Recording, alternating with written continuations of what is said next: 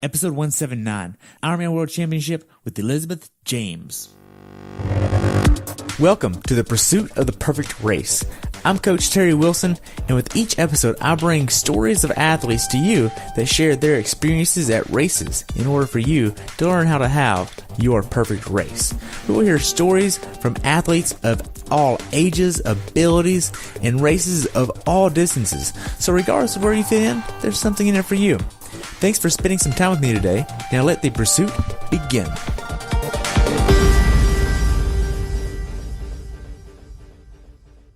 Hello everyone, and welcome back to the Pursuit of the Perfect Race. Today I have the pleasure of talking with returning guest Elizabeth James about her recent race at the IRONMAN World Championship that took place on October 13th, 2018, where the temperature was 72 and rose to 82 with the water temperature in the 80s. She had a time of exactly 11 hours and 52 minutes. She has a lot of information to share, and she's a knowledgeable coach with TriDot, and she's being coached by John Mayfield. Welcome back to the show, Elizabeth. I look forward to diving into your race and spending some time with you today. Well, thank you so much. It is such a pleasure to visit with you again, Terry. We're actually kind of doing this interview a few weeks post-race here, and it's taken me a little bit to process everything from this event and just kind of determine how much I wanted to share about this experience. In a way, I almost felt unworthy of coming back on and having an episode about my Kona experience, just because your podcast is, all about the perfect race. And this was so far from the perfect race for me. Even in your introduction here, kind of here in my finishing time, there's still a little disappointment on my end. So I can tell that I'm not done evaluating this experience. But one of the things that I've been able to conclude so far is that I've learned a lot from training for and being in Kona, and I know that it's going to make me a better athlete and a better coach as a result. And so if by sharing my experience, I can help athletes along their journey with wherever they're at, then I'm more than happy to share my story. Nice. Well, I appreciate your time today. So I know you qualified at Chattanooga last year for this year. What was your training like going into this race since we talked to Buffalo Springs Lake? Okay, yes, absolutely. So I have a full-time job as a teacher and then am a coach part-time as well. And so my training varies a little bit from the summer to the school year. This past summer, I had the most fantastic training that I think I've ever been able to put together. I was putting in a lot of hours. And so I was putting in probably close to 30 hours a week. With all things combined with swim, bike, run, yoga, strength train, kind of heat acclimation training as well, and was as strong as I had ever been. But coming into the school year, I actually struggled a little bit this fall with being able to balance the training load and the demands of the beginning of the school year, still making sure that I was present for and being a support to all my athletes. So I definitely had to make a couple adjustments along the way and be in very close contact with John, my coach, to make sure that I was still going to be prepared for Kona, but was also able to meet the demands and responsibilities of the other positions I hold and the other responsibilities that I have. Wow. I know we've talked about your life, work, and balance in the previous episodes. We can really skip that here. If you want to reference that, you can listen to Buffalo Springs Lake or even the Boston episode. So going into this race at Kona, knowing that you hold this as the A race of the year, obviously, what workouts did you want to get in to make sure that you were prepared? And knowing that you live in Texas, did you do any type of heat acclimation along the way? Yeah, so, okay, kind of two parts to that. First being kind of those key workouts that I wanted to hit prior to going to Hawaii, making sure that I was both physically and mentally prepared for race day. Two of the biggest things I would say are those race rehearsal days. And so one of the things with TriDot is that 4 weeks out and 2 weeks out from race day, we have a race rehearsal in which it's a full distance bike ride and then a 40-minute run off the bike. Within that race rehearsal weekend, I also like to incorporate some long distance open water swimming as well, just to kind of simulate as much of kind of the race day feel as I can and really practice the nutrition that I'm going to be using for that day as well. And so those were kind of those key workouts that gave me a lot of confidence with where I was and made me feel prepared going into race day. I was able to hit both of those 4 weeks out and 2 weeks out had really, really strong days. Actually had a fantastic workout as well, 3 weeks out.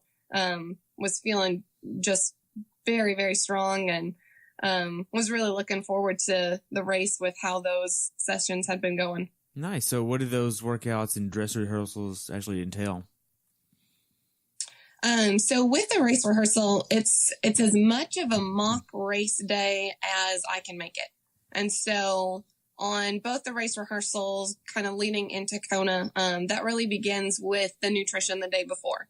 And so the breakfast that I would eat, on Friday, and the lunch that I would eat Friday, and the timing of Friday dinner and bedtime, and even, waking up at, the wee hours of the morning to kind of simulate how far ahead of the race morning I would want to have breakfast and what I would want to have for breakfast. That's all included in the race rehearsal. So it's more than just the workout session itself. It's really the timing of the nutrition around this big workout day that's going to simulate what it would be like on race day too. And so, practiced all the nutrition, both of those Fridays leading into those big workouts. Got up super early Saturday to practice what I would plan to have for breakfast. And then I started each of those days as well with a long swim. Now, our weather in Texas has been a little uncooperative lately. And so one of those sessions actually ended up having to be completely indoors.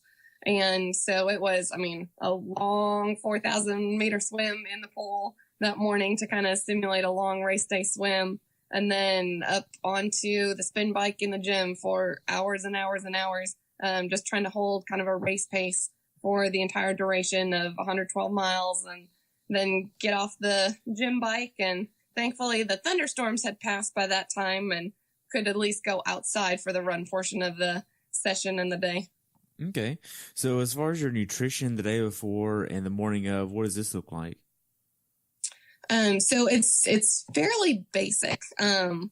Easily digestible foods. I usually start off Friday morning with like an egg breakfast of some sort, whether that's like egg and English muffin or egg and toast, depending on what's available. And then lunch that day is like a chicken sandwich. And then dinner that evening is very bland, just chicken breasts, vegetables, and some mashed potatoes. Okay. So you said you would get a 4K swim in, then you'd get on the spin bike and then do a long run. How long were you on the spin bike for, and why would you do a spin bike versus your normal bike? Okay, great question. So I didn't mention that as I was talking about it. So I use Tri-Bike Transport to get my bike to Hawaii. And so just with the logistics of that, I was without my bike for about 3.5 weeks prior to race day. And so that first race rehearsal, I was able to still do outdoors on my bike. But that second race rehearsal that was just 2 weeks prior to being in Kona, my bike was already in Hawaii at that time. So I was kind of forced to have an alternative option to still get my training session in while I didn't have my bike with me. Okay, so what kind of metrics were you wanting to go by on the spin bike then? Because this really isn't ideal at all. No, it truthfully isn't. But, I feel like that's one of the hurdles that a lot of athletes run into is, you have to make it work. And you've got to be able to work within, hurdles and constraints that pop up in life. And this was just a small hurdle to work through. Thankfully, I've done enough workouts on the spin bikes at the gym. And so I have a very good idea about how the wattage is relative to the wattage readings that I would see on my outdoor bike. And so I was still using wattage as a metric, but I just knew that it wasn't going to be the exact same wattage readings as it would be outdoors on the road. Gotcha. So how long of a bike ride was your last spin bike workout then for your dress rehearsal? It was about 5.5 hours long. On the spin bike? It was, yes. Oh my gosh. So was that just a long aerobic session? Was that some intervals mixing in? What was this looking like? It truthfully was a long aerobic session, that it was just mimicking race day as closely as possible. So kind of a low zone 3 effort for hours upon hours. Wow.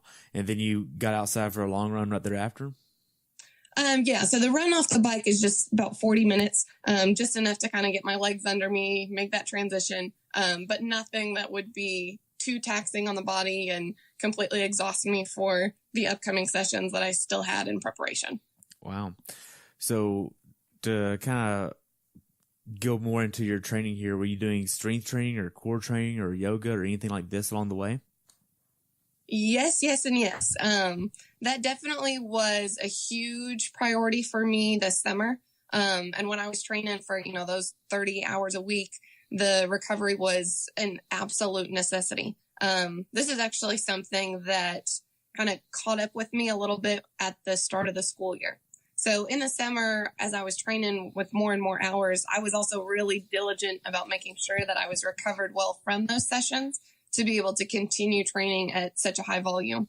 And once the school year hit, I was still able to hit those training sessions, but recovery is kind of what got cut. And in order to make sure that I was still able to hold the responsibilities of the jobs that I had, I did not do as good of a job recovering. And that actually led to a little bit of an injury that I was battling going into Kona this year. I had a lot of inflammation in both knees, and it definitely caught up to me in those last couple months of training and was a limiting factor for me as well on race day. But I mean, the strength training was a constant throughout, at least 2 or 3 times a week. The heat acclimation training was an important part of that. I did a lot better with it in the summer when I could just be outside and use that as my heat acclimation during the sessions. Tried to utilize the sauna during the school year when I wasn't able to be out in kind of like the heat of the day for the training sessions once the school year started. The yoga kind of fell by the wayside from the school year. And that's something that I have already kind of reflected on a lot and have made a priority to kind of re-implement into my schedule, and something I've already started post Kona as well, kind of looking forward to next season. And I mean, those are just as important in training as your swim, bike, run sessions. And, even as a coach, I know these things and I still let it fall to the wayside as an athlete. And it's just been a firm reminder of the importance of all elements together and how they really come kind of into play as an athlete. Okay. So I know you're training upwards of 20, 30 hours a week here going into Kona, and you also have a full-time teaching job and you coach on the side as well. And you lost 4 pounds from Buffalo Springs to Kona. How are you managing your day-to-day nutrition along the way to make sure you're fueling properly without gaining weight? That's a great question. I've actually been fortunate enough to work with a couple different people on my nutrition. Jamie Layton actually lives in the United Kingdom, and I worked with him very closely at the beginning of 2018. And he gave me a lot of tools with how to understand the demands of fueling for the hours that I was working in training sessions, and the importance of, planning ahead and meal prep and looking at how many calories I was going to expend. And I did a really good job of tracking all of those metrics this summer. During the school year, it's a little harder for me to track all of those. It is a very time-consuming process, but by tracking everything so closely during the summer, then I was able to learn a lot about, what my body needed and kind of what my hunger cues were and how to determine if it was truthfully a hunger cue or if I needed just some hydration instead. And then, second to that is the importance of meal prep. And so, I use a couple online tools to plan ahead on what meals I'm going to use, and then kind of sit down with my husband and talk through, all right, what do our meals look like for the week? And then hats off to Charles, because he takes that, runs with it, and then makes the grocery list, does the shopping, does all the meal prep and cooking. And so there's also no question of, all right, Tuesday morning, I'm getting up, I need to do a training session. He knows what I'm going to need for breakfast that day to recover from that session and what to pack in my bag for lunch. So it's been a really cool learning process for me. It's something that I've learned a whole lot more about this year. that helps me as an athlete and will also help me a lot as a coach as I kind of make some recommendations for athletes that I'm working with. And then, I say this over and over and over again, but I could not do any of this without the support of my husband. And that's just another important role that he plays with making sure that my nutrition is on point and making sure that I can kind of go into a race with an ideal body composition. Okay. So you mentioned some tools that Jamie gave you along the way. What did he tell you and how did you implement that? What was it? So, a couple of the things that, he recommends, I'm sure that, any registered dietitian or nutrition counselor would suggest as well is the importance of truthfully writing down what you eat and being a harsh critic and evaluating, is this truthfully fueling my body? And so it's a lot of online tracking. I personally use the Lose It tool online. And so that allows me to not only track, an estimated number of calories, but look at the nutrients that are in the foods that I'm consuming as well. Make sure that I am fueling enough. That was one of the things that I ran into earlier this year, is making sure that I had enough fuel to get myself through the training sessions. And then also just kind of keeping track of, weekly weight and how that related to my training sessions. One of the things that I appreciated the most in working with Jamie is that he said, we're not going for a specific number on the scale. We are truthfully going for where you feel the best and where you can perform the best. And that's going to look different for every single person. I know that I perform better, like in the 130s than I do in the 120s. That when my weight drops past a certain point, I just lose power and I lose energy. And so, I had often thought, I need to get as lean as possible and I don't want additional body weight to drag around on the bike. And I need to make sure that I don't have, that additional stress on my body when I'm running. But truthfully, you also need enough energy to complete those sessions and to recover well from them. And there's a lot that can happen and go wrong if you are under-fueled and you're not giving your body what it needs as well. So it's been just a great learning process for me. Wow. So as far as your workouts going into Kona here, you're training upwards of 30 hours a week. Did you have any days where you just mentally wanted to hit the snooze button and just not do the workouts? What was this like? Oh, definitely. I would love to say that, I was just stoked for every single training session, but that's truthfully not the reality. And there were days where the training did not happen as well. Sometimes there were other obligations that took a priority above my training, that ultimately at the end of the day, like this is a hobby for me.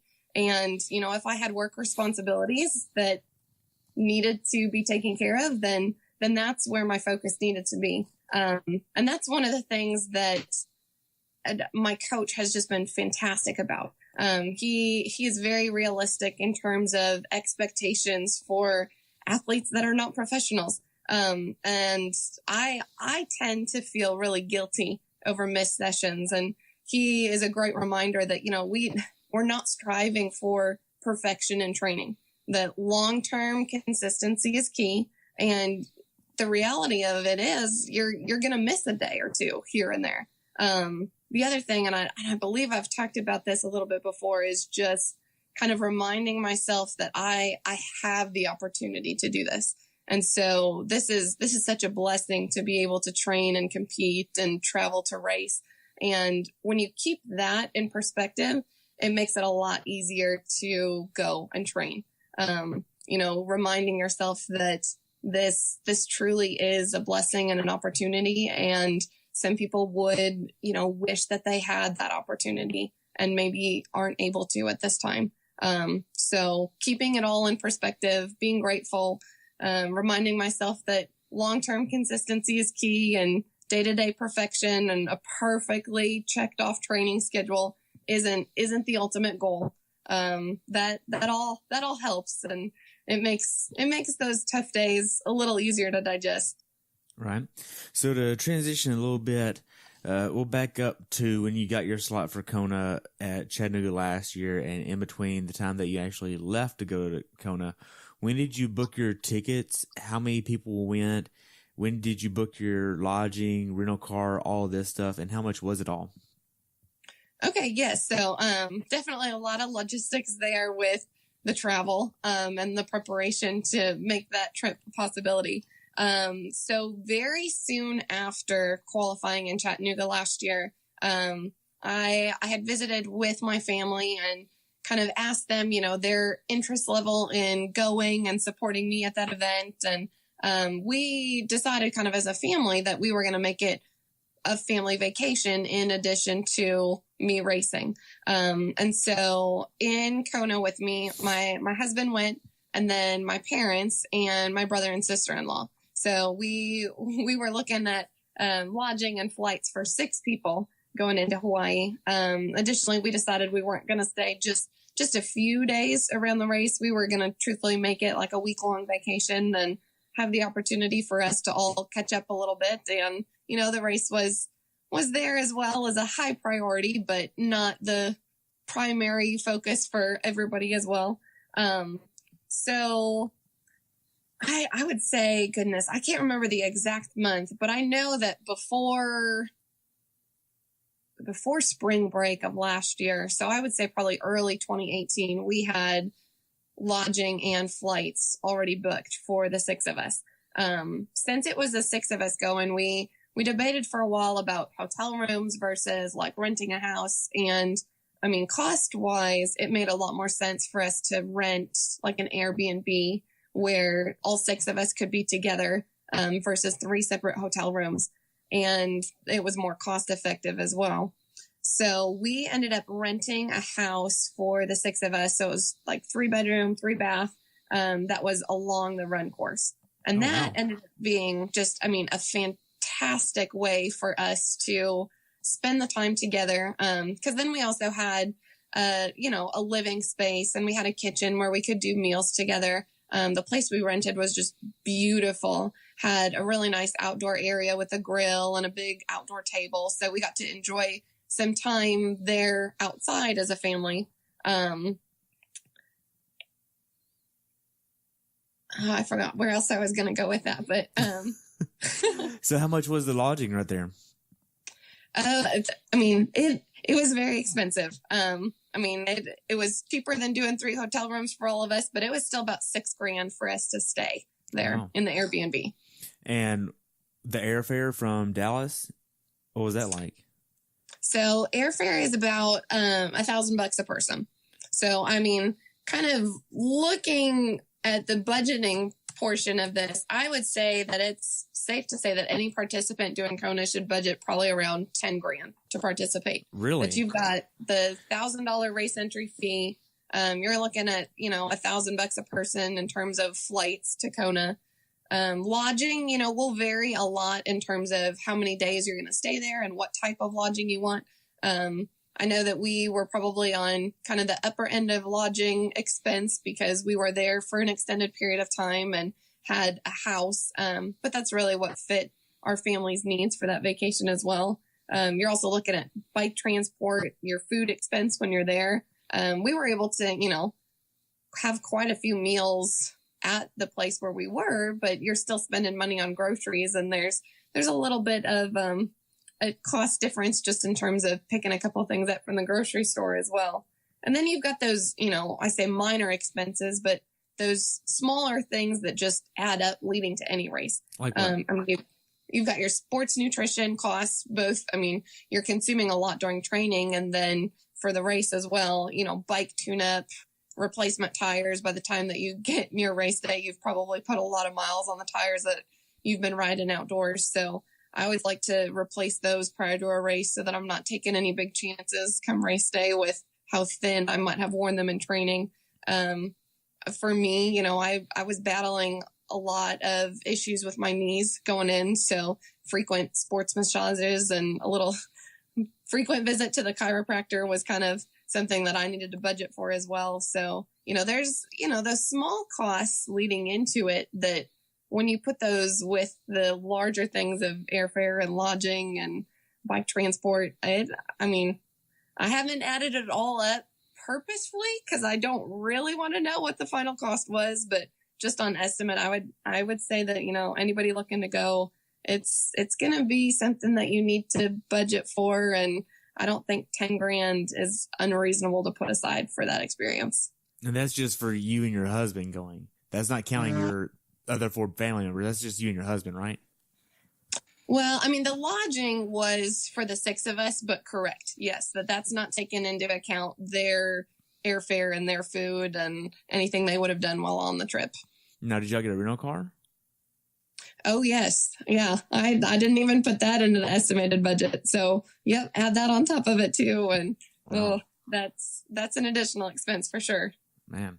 So whenever you actually got everything ready to go over to Kona, when did y'all want to leave Dallas and when did y'all want to come back? What did that look like? Okay. So, I wanted to make sure that I was there about a week prior to race day.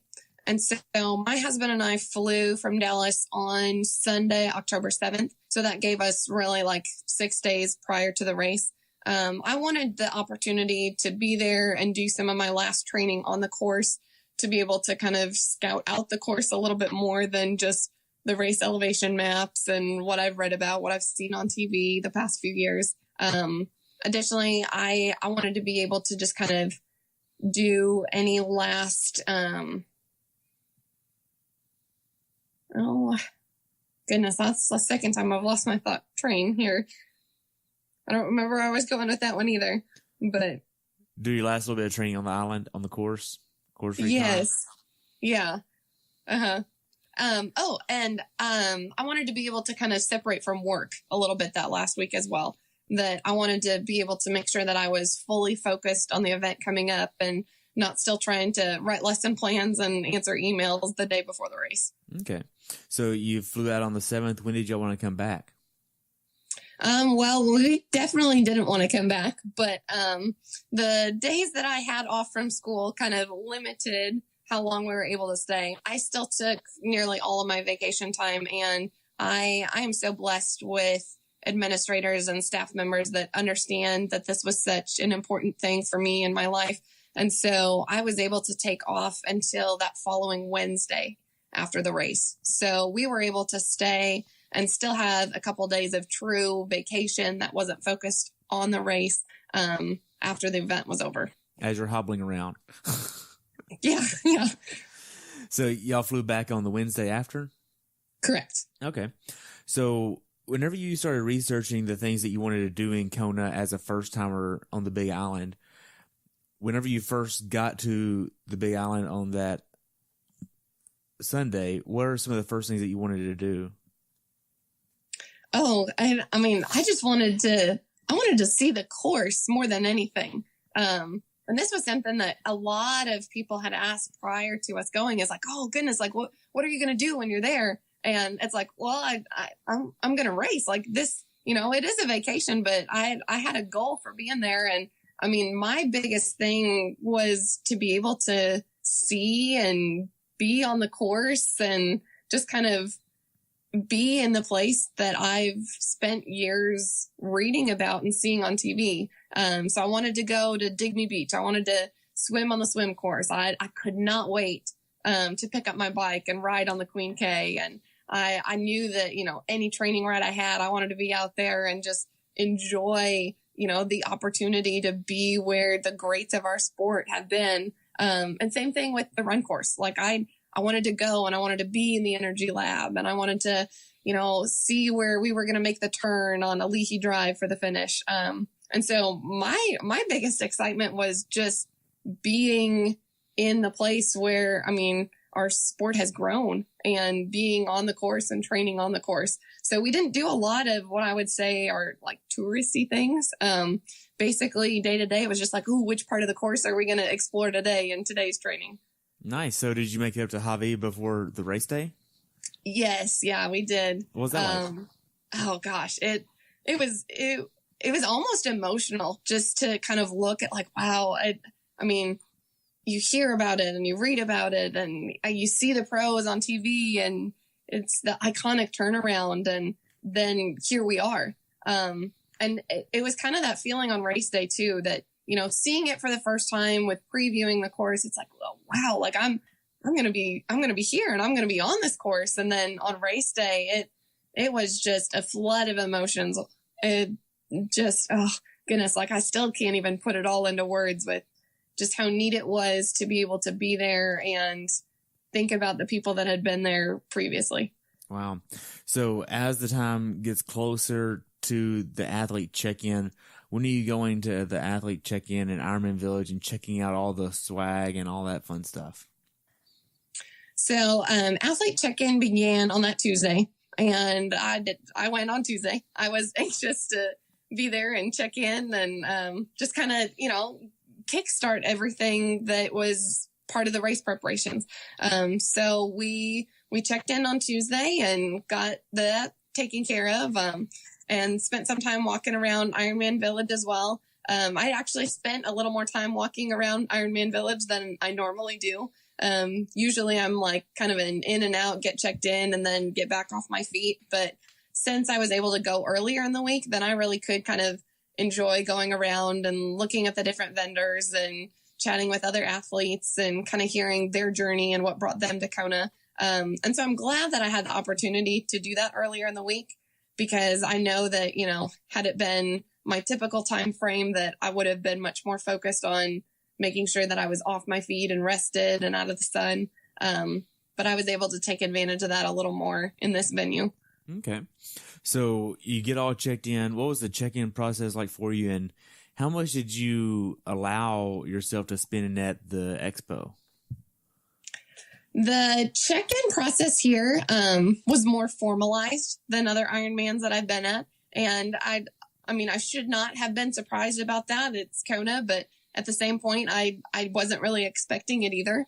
And so it's almost kind of like a little sit-down meeting, that instead of just wait in line and, yep, sign your name here and remember this is the waiver and you did agree to do this, put your form in the bucket here. It was kind of okay, like you're next in line, you're going to sit down with this volunteer, like you're going to go through this information and you need to sign here. And so it was much more of like a sit down formalized process than other check-in procedures have been.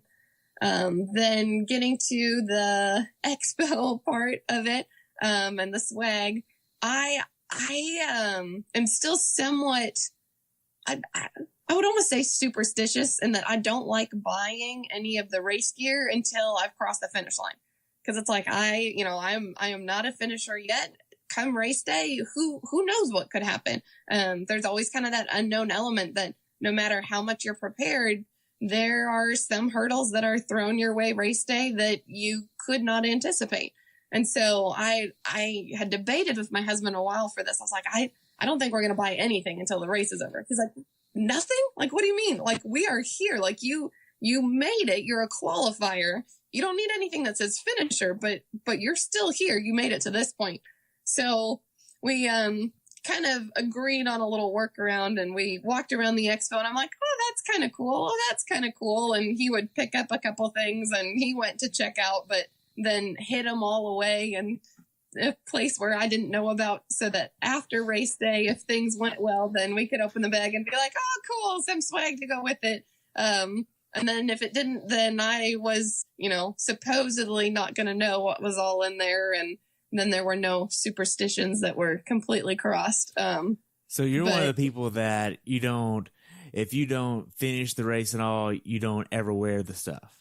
Oh, exactly. Like I have, there's like a visor and a t-shirt from New Orleans 70.3 last year that was canceled. I mean, that was nothing under my control. I mean, nobody got to do the race, but there was the medal and the visor and the t-shirt from that. And I mean, a couple weeks after we got back to Dallas, that was all donated to charity. Cause it's like, I'll never wear this. I didn't do the race. And even though it was something that nobody got to do the race, I still just wouldn't feel good about wearing it. So nope, I won't wear anything. I don't like buying anything until I've crossed the finish line. Wow. So as you're getting closer and closer to the race day here on Thursday, Friday, are you participating in the underwear run or any of this fun stuff on the island? So I tried to find a good balance between being at some of the race events and still kind of keeping to myself and staying rested. Typically, I don't participate in any of those kind of larger crowd festivities. It makes me nervous, and it's something that I start to encounter some self-doubt when I'm a part of, and I kind of look around and look at other people racing, and it's like, ooh, goodness, like I'm not in my element here, or am I supposed to be here, or do I deserve to be here? And so I didn't really want to bring in a lot of those experiences that would start to have me question myself and my preparation. And so I debated for quite a while about the underwear run. And I did not sleep well the night before it. And so it was kind of something that morning I was like, well, I just don't want to get out of bed. Like I don't feel like going. So I didn't. But I did go to the athlete welcome banquet. And that was a great experience. In fact, I was able to eat with, one of the other athletes in my age group. She was not competing this year. She competed last year and was there this year supporting her husband. But she and I had met at the Buffalo Springs race earlier this summer. And she was the one sitting next to me as I was getting my IV after the race and was kind of calming me down as they're trying to stick needles in. And she was telling me a lot about her Kona experience. So we've kind of been in touch via Instagram, and her husband had qualified in Canada just a couple months prior to Kona. And so they were there for his race. And so my husband and I, and she and her husband were able to kind of sit down together at the athletes welcome banquet. And so that was a good experience to go, but also have, somebody to kind of sit with and kind of catch up with a little bit too from when we saw each other earlier in June. But I also think that this was another part of our kind of accommodations that were perfect for me, that I was able to kind of separate myself a little bit from the hustle of the race when I needed to, and kind of be off in our own little house and kind of away from all of the hype of the race. But was also able to go and participate in a few of the events that, were kind of getting me excited, and just the things that you want to be a part of, and kind of enjoy the fact that you have the opportunity to be there as well. Right. So your Airbnb that y'all got, where was it in relationship to the actual venue? It was about like a mile and a half. Oh goodness, I don't know if it's north or south. But it was about a mile and a half away. Okay. So the day before the race, you get to go and do the bike check-in, and it is a ceremony in itself. What was this like for you, and what was your anxiety level like through this? Okay, so actually there's kind of a funny story with bike check-in. I was checking in my bike the same time that Daniela Reef was bringing in her bike and gear bag as well. And so, the age groupers are there, waiting in line to put our bike in transition and have the volunteer show us where we need to hang our gear bags. And Daniela, goes through and does a little bit of kind of an interview there with Mike Riley as he's announcing people bringing in their bikes. And then, she goes around the line to be able to put her bike in transition. And the volunteer that's standing there waiting for people to, kind of usher who's next to put their bike in, definitely did not know who she was, because he looks at her and he's like, ma'am, there's only 2 lines. You need to go to the back. And I'm like, oh gosh, like he has no idea. Like he's talking to the defending champion here. And she was very, calm about it. She didn't say a thing. But I'm like, oh, you can go in front of me. Like, go ahead. Like, oh my gosh, how do you not know who this is? And of course, now I'm kicking myself because I wish I would have used that opportunity to be like, hey, I'll let you go if you take a picture with me. I feel like I missed my opportunity to take a picture with the champion here. And I feel like I'm going to forever kick myself for that. But I was just so like excited to see her in person. And I mean, I just, it was a cool experience checking in the bike anyway. And again, a much more formalized process. I mean, but I think I'll forever kick myself that it's like, oh shoot, Team Yellow Reef was right there and I didn't take a picture. But you know, at least I let her cut in line and she didn't get in trouble with the volunteers. So wow, I guess it worked. So as far as what you're putting in all your bags for this race, what is this like for you? So I would say the only difference between this and another Ironman is that your helmet goes on the bike instead of in your bike gear bag. And so with the transition area, the bike racks are kind of like wooden stands instead of a typical metal rack, which I sure appreciated because as, you know, a taller athlete, I know I'm still not the tallest out there, but as a taller athlete, my seat post is up pretty high on my bike. And so my water bottle cages on the back always get caught on those metal racks. And it's almost kind of hard for me to take my bike off the rack. And so this was nice to have just kind of like the built wooden frames that you can just set your bike in. And then so I put my bike and my helmet down kind of in that transition location. But in terms of like the gear bags for the bike gear bag and the run gear bag, no differences there. I try to keep everything as simple as possible so that I can move in and out of transition as quickly as possible. So truthfully, in the bike gear bag, it's just, you know, socks, shoes, sunglasses. The helmet was already on the bike, a couple things of nutrition to stick in my pockets, and then my bike gloves, and we're good to go. Same thing with the run bag. Keep it super simple. I always keep a change of socks in there in case I need them. But it's mostly just switch shoes and switch my helmet for a hat. And then on the run course I go.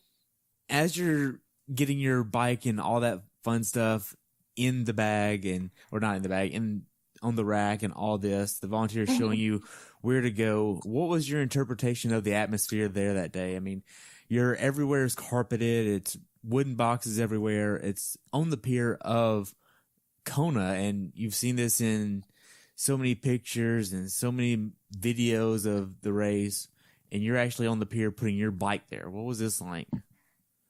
Oh, it was surreal. Just being there all week was a dream come true. And it's just kind of this realization of, wow, like I am here and I am at this point and I have qualified, and I will get to race here the next day. I would say atmosphere itself is just building with excitement. And then there's kind of the underlying fierce competition that is about to be unleashed as well. Wow. So as far as the day before the race, are you getting any certain dinner in like you did in practice? What are you getting there?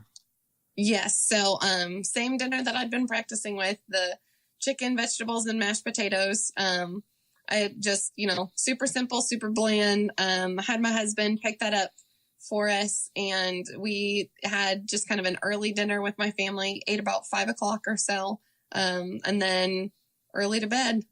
Wow. So the day before the actual race, what were you and your husband and family doing after you checked your bike in and in between the time y'all ate dinner and relaxed and went to bed?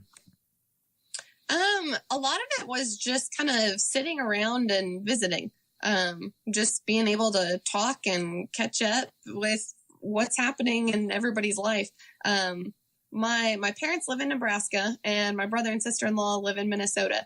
And so we truthfully don't get a lot of opportunities for all of us to be together in the same place. And if we are, it's typically for just a few days around holidays. And so, I mean, that was probably one of my favorite things about this experience is that, I mean, not only did I get to share that with my family, but I also had an extended period of time that I got to visit with them and see them. And it was really cool to be able to be like, okay, like, we'll see you guys tomorrow. And the next day after that, and like, let's have breakfast together or let's all go out to dinner. And knowing that our time was not as limited as it usually is was a blessing as well. Wow. So what time did y'all end up going to bed? I think that I went to lay down at like 7 and just kind of chill out and watch TV. And then I was asleep by 8:30 that night. And you got up at what time? I think it was 3. I'm going to have to go back and look for sure, but I think it was 3 a.m. Wow. So you get up at 3. What is your morning ritual like before you actually head down to transition?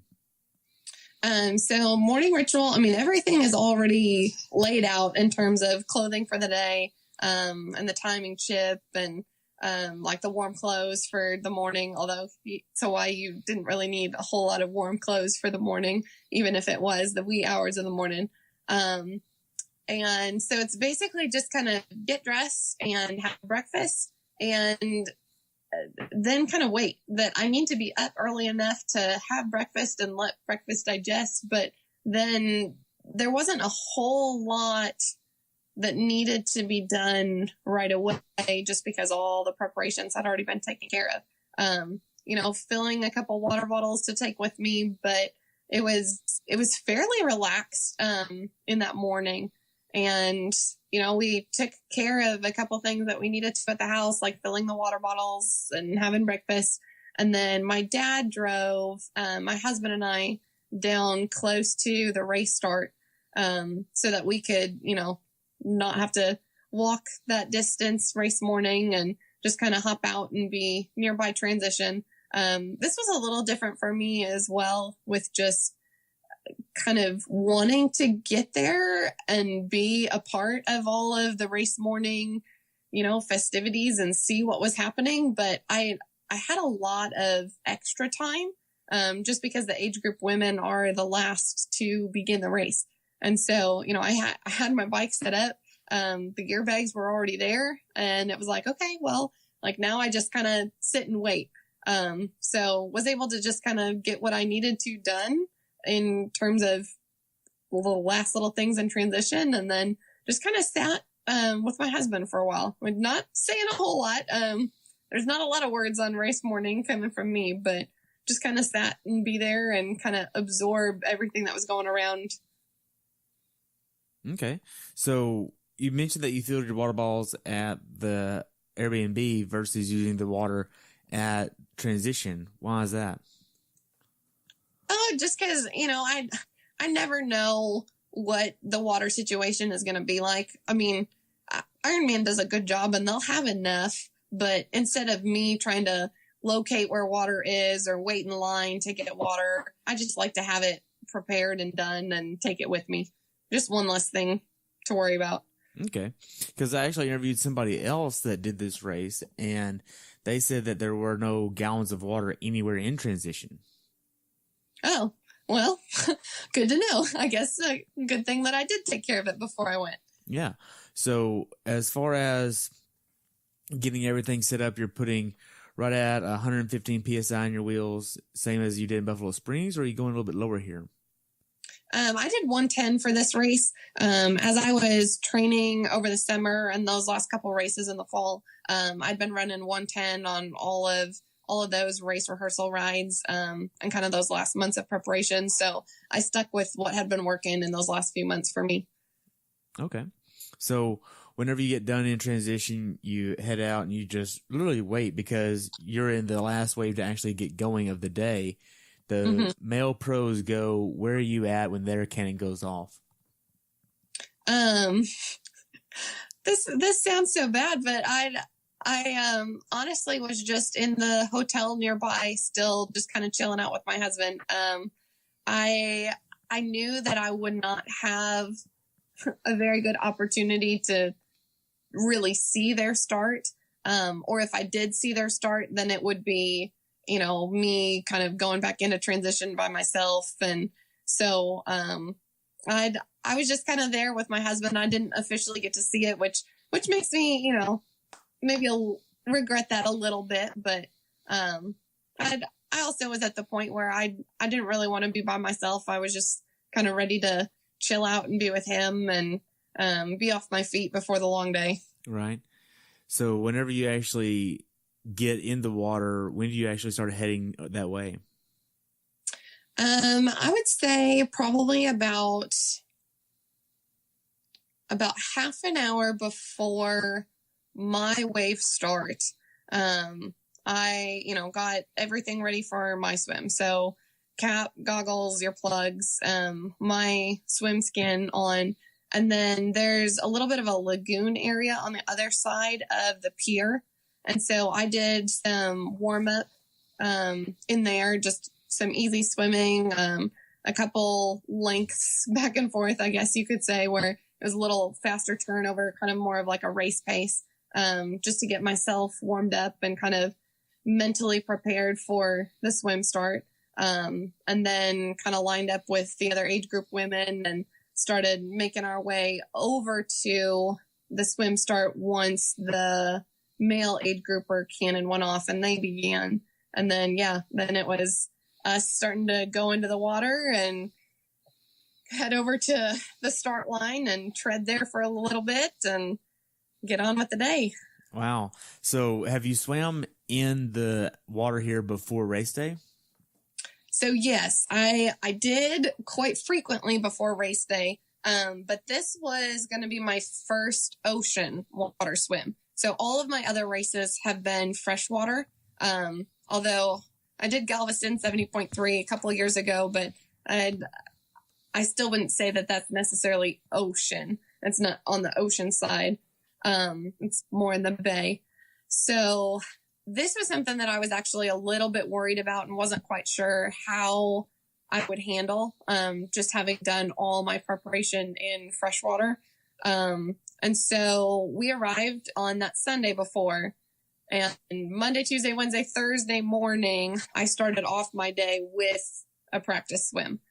So they varied in duration, and varied a little bit in intensity as well, kind of making sure that I didn't overexhaust myself with that practice. But I actually did 4 practice swims in the ocean each of those mornings kind of leading up to race day, just so I would have a better idea of what to expect in terms of conditions. Okay. So whenever you actually get in the water, it's not your first time to get that mouthful of salt water and you're able to understand, okay, this is going to be kind of nasty through the swim. Yes, but correct. It's really clear though. It is, yes. So whenever you're actually getting ready to line up, making your way to the start line here, because it's a mass start, what are you seeing and what is your nerves like at this point? So this is one place where I'm really, really glad that I did those practice swims earlier in the week, because where I practice, I mean, you can't even see your hands. The water is so murky. And so Monday, when I was first out there practicing, it kind of freaked me out a little bit because I'm also afraid of heights. And I'm like, whoa, you can see the bottom and you can see how far down that is. And that was a little bit freaky to me. It was cool to be able to see like the coral and the fish down below, but at the same point, it was just a very different experience than what I was used to. So, combine it being a little bit more wavy and the taste of salt water and being able to see the bottom. It was important for me to have those practice opportunities so that come race day, I was able to be calm with all of that. I'm also glad that I got out there earlier in the week, because on Monday morning, everything was super, super clear. And throughout the week, it had rained and stormed a couple different times. And so on race day, I mean, it's still clear. But it wasn't, I would say, as pristine as it was on that Monday.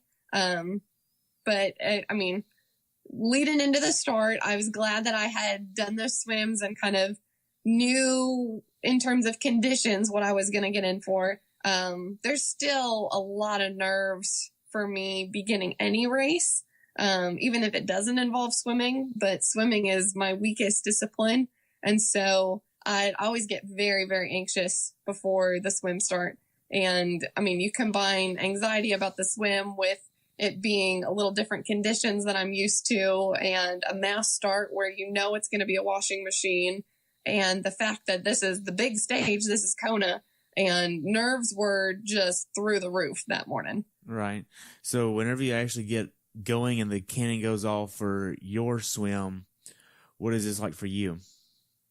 It was a whirlwind, and nobody means to be malicious, but you just put that many people in the same area and say go, and you're gonna get hit and you're gonna get kicked, and it's a little bit chaotic at first. I knew that for me, I was just gonna try to stay calm and stay comfortable until I had gotten past both boats and was turned around and coming back towards shore. And then I felt like I could kind of push it from there. But at the beginning, I just needed to keep myself calm and keep myself moving forward.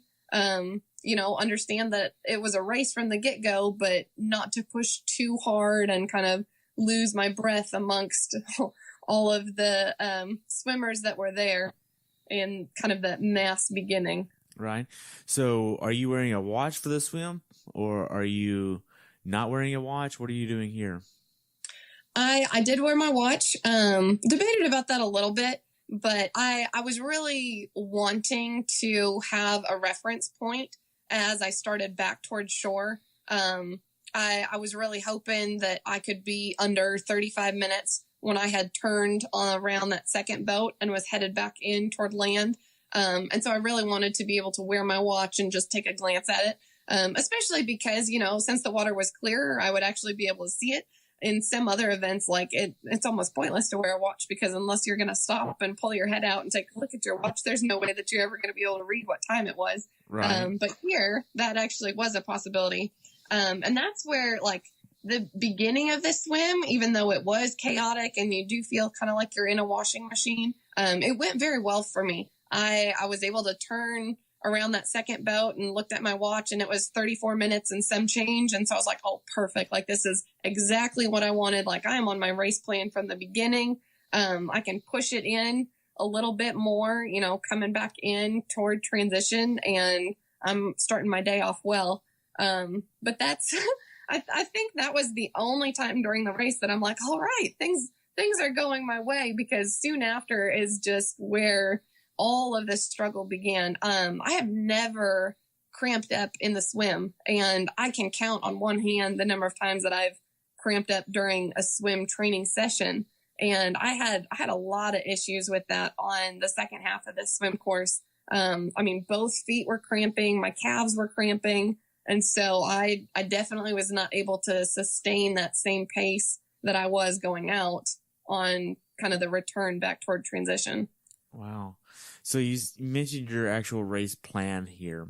Did you have a time plan that you wanted to hit, or a time goal, or expectations for time here? What was this like? Yes. So with TriDot, we have a very specific race plan that's been calculated and formulated. Pardon? The Race X. Yes. Yeah. The Race X plan. Yep. And so, I have what the data tells me is possible. And then I also sit down with Coach John and just say, okay, here's what the data is saying. What is your interpretation of this? What are your expectations and what are your thoughts for me? And, I put my 2 cents into where it's like, well, this is what it's saying. Do I feel like that's realistic? Do I feel confident that I can hit the numbers that are outlined here? And so, I had really hoped that I could have a PR swim in Kona, despite it being different conditions. Now, I say PR swim, but I don't count Chattanooga. Yeah. I was about to say, you can't really count that one, and you've done that race twice. No. Right. Like that, yes. The 55 minutes at Chattanooga is something that, I will only achieve with the assistance of a current. But I was 116 in Wisconsin for my first one. And then I was 120 in Texas, at the beginning of last year. And so I wanted to beat that Wisconsin time, because I'm like, okay, I'm a much better swimmer than I was 3 years ago, or at least I sure hope so. So I wanted something faster than 116. And I felt like if I was at 35 minutes at the turnaround point, then that should be possible. It's just a little longer on the way coming back in. And so that would give me a little bit of a cushion to, hopefully be somewhere around like an hour and 12 minutes. Right. So with that being the swim time that you wanted, what about the bike and run and overall times that you wanted? So this is where there was a little bit of a discrepancy between the RaceX plan and what we ended up adjusting for me going in. And the reason for that is the issues that I was having with my knee. According to the RaceX plan, I was trained and set up for a, PR performance, even with the conditions that Kona can bring. And that's exciting to see from the numbers wise, but I knew that, the inflammation in my knees had been a limiting factor in my training. And I was very worried about how that would come to play come race day as well. And so there were very specific targets that the data had outlined that I should be able to hit. But then Coach John and I were able to sit down and say, okay, let's look back at, those last few training sessions. Let's look back at the race rehearsals. What are some realistic targets that I can hit in terms of wattage and in terms of pace where I'm not going to overexert what my knee is going to allow, and make sure that I can still have a strong finish on the run. So yes, there's a lot of numbers and metrics involved. And I'm very fortunate that, on top of all of those numbers and metrics, I have a coach that I can confide in and discuss some of those issues with and, take a second look, just even beyond the numbers a little bit with some of the hurdles that I had encountered in training. Okay. So initially, what was the race X time that it gave you? Oh, goodness. I don't know if I even want to say that out loud because it didn't come at all to fruition. But it was going to be about 10 hours, 20 minutes. Wow. Yep. So, that would have been great. Yeah. So now going back to the swim a little bit here, you kind of have a good swim overall. You had an hour 19, which is pretty good in relationship to everybody. It's not going to put you in the very front of everybody with all the drafting on the bike. So that's a good thing. How does T1 go for you whenever you get out of the steps or up off the steps, rather, out of the steps? Yes. Yeah. Coming up out of the steps, it was all right, good. I always feel so much better once I'm out of the water. I just like that the swim is first and I can put that behind me because for me, the day gets better and better as I go. That it's okay, we handled the swim. Then you got to get through the bike, hope for no mechanical issues. And once you're on the run, then, you're on your own manpower and can make it through that. But coming up out of the swim, it was exciting. It was all right, 1 down, 2 to go, moving on with the day. I was frustrated with my feet and my calves cramping in the swim, but I was glad that I was still under an hour and 20 minutes despite those challenges. So there's a little bit of an initial disappointment. And there's actually one of the race photos that I can tell just exactly what's going on in my mind, that I'm looking down at my watch and you can see that I'm kind of oh, darn it. Definitely didn't hit, the goal time that I wanted to for the swim, but it's also nothing to complain about. And, the next frame of the shot, I've got a huge smile on my face because it's all right, I'm here and just got done with the swim portion. And now I get to go ride my bike for a few hours. A few hours. I like how you say that. Jeez. So for T1, you're putting on socks and you're putting your shoes on right there in the tent, or are you waiting until you get to your bike to put on your shoes? You have them already on your bike. What does this look like?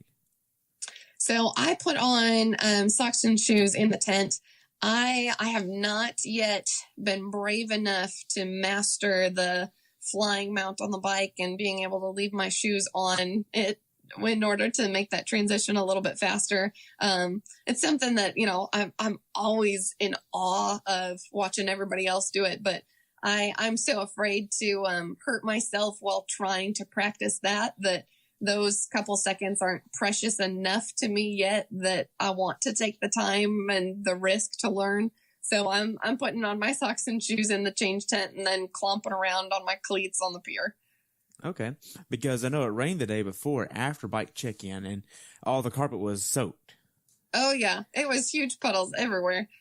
Wow. So as you're getting out on the bike ride, the first few miles, you have to go like down the small out and back before you can really get on the Queen K. What was this excitement like? Oh, goodness. It's super exciting. And that's something where like I knew I was going to have to keep myself in check because the energy is so high. And you want to go fast and you catch yourself going faster than you should be in those first couple miles of the race.